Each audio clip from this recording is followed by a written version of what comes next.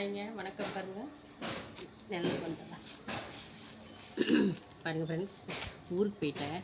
ஊருக்கு போனதேன் இப்போ பாருங்கள், கிட்டத்தட்ட 1 கிலோ பாவக்காய் பக்கமாக இருக்குது. பார்த்தீங்களா? பார்த்தீங்கன்னா இது மருந்தடிக்காத காய்.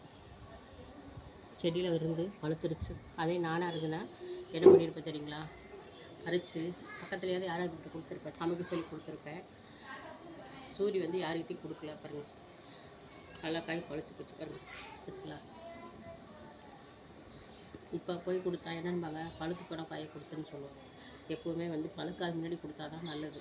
பாவக்காய் இருந்ததுன்னா, காய் இருந்ததுன்னா, ஃபுட்டு மட்டும் நான் வேஸ்ட் பண்ணவே மாட்டேங்க. ஏதோ கொடுத்துருவேன்.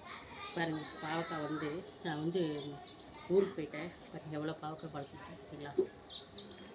ஆனால் இதை வந்து நம்ம வேஸ்ட் பண்ணக்கூடாது. நம்ம இதை வந்து என்ன செய்யணும்னா, கண்டிப்பாக இதை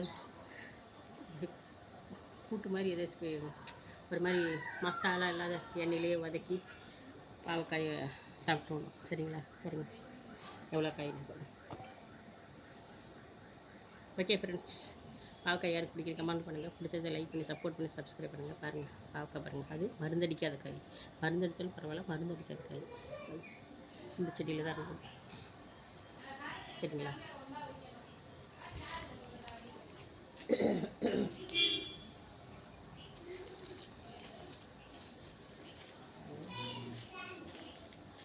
செடியிலேருந்து தான் நான் வரைச்சேன். இவ்வளோ காய் இதில் தான் பறிச்சேன். இன்னும் இருக்கு. சரிங்களா?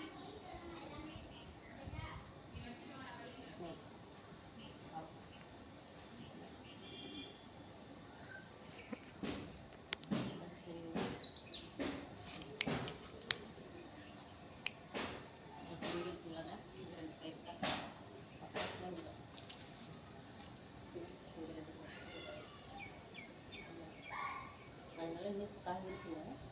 கீழே அந்த பக்கம் தான் இருக்குது.